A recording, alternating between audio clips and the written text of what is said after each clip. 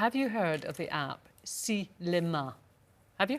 Oh, no. It's China's #1 app, Colleen, for goodness sake. Mine was Japan, not China. Yeah, yeah. Do you know what it translates? Oh, she was big in Japan. No, it translates as... No. Are you dead?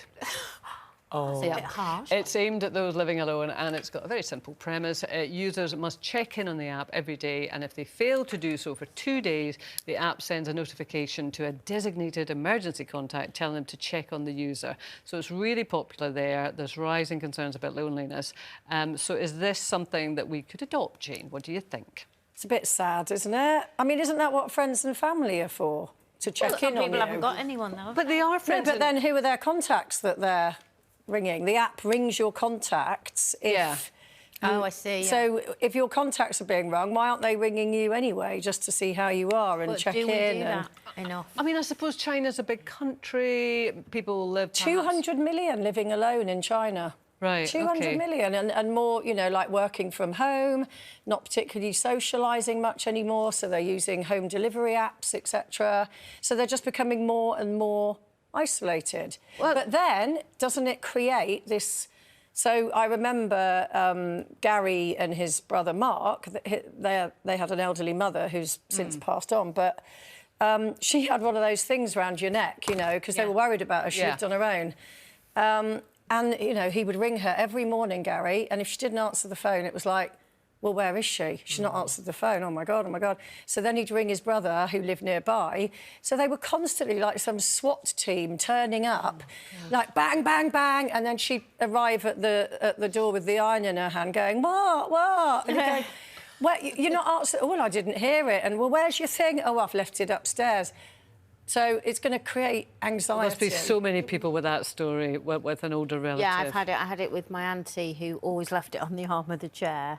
Or my, sadly, my mother-in-law, ex-mother-in-law, passed away recently. She was 100 years old. Oh, wow. But she did start to have a lot of falls, and she had one of those necklaces, and Ray would go around and go, where's your necklace? And like you, she'd go, oh, do you know I can't be bothered putting it on. I don't like sleeping in it. It's uncomfortable, you know. But she was having lots of falls. So what he did, there's a great app, actually, and some people might...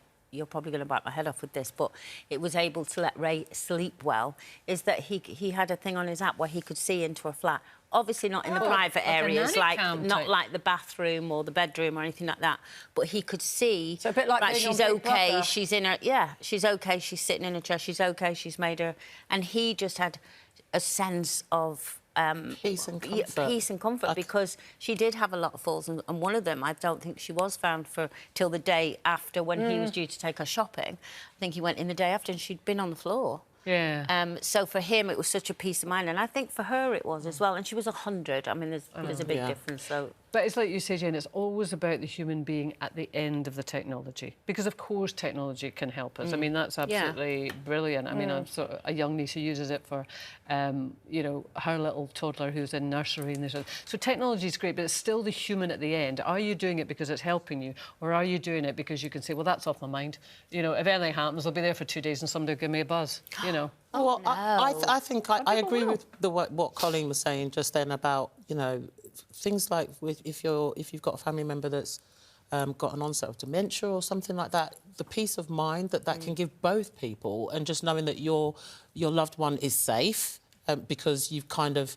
I'm not being funny. My mum's got an eye on them, but she would not remember to press a button and say... And that's it. So something that sort of setup is good. You know, my family, I think they're so close-knit and they live so close to each other, but they're on the phones constantly to each other, and they've got each other on speed dial on their phones. So, you know, it's kind of like, if there is something, I'm really...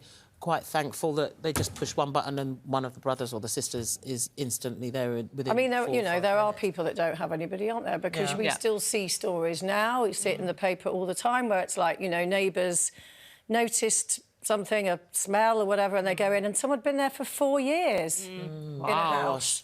And no one had ever checked on them because they didn't have kids or they didn't have family. Yeah, and I think very much in this country you're frightened of being that nosy neighbour or intruding, or maybe they want to be on their own, so we're frightened of knocking on the door. That app wouldn't stop that. No. Because it's all about the human contact. Because at the end of the technology has got to be a person with either good intentions or maybe not good intentions. It doesn't matter. Or, the technology's not going to take But over. maybe it alerts, so a bit like, you know, your burglar alarm goes to a monitoring station. Maybe you can have on it that it goes to somebody that doesn't actually know you, but they then ring the police and say, we've not heard from this person for 2 days. Yeah, because you can get welfare checks, can't you? If you're worried about someone, you can phone the police and say, I'd like to do a welfare check on this person, and the police will go around. Because the police have got so much time, haven't they, just to do all of these things. It takes 2 minutes to knock on someone's door and check they're all right. But, guys, we're talking about all of this, which is great, but for me, the first time I heard this is, why is it, are you alive? Or are you dead? Are you dead? Yeah. Why can't it be, like,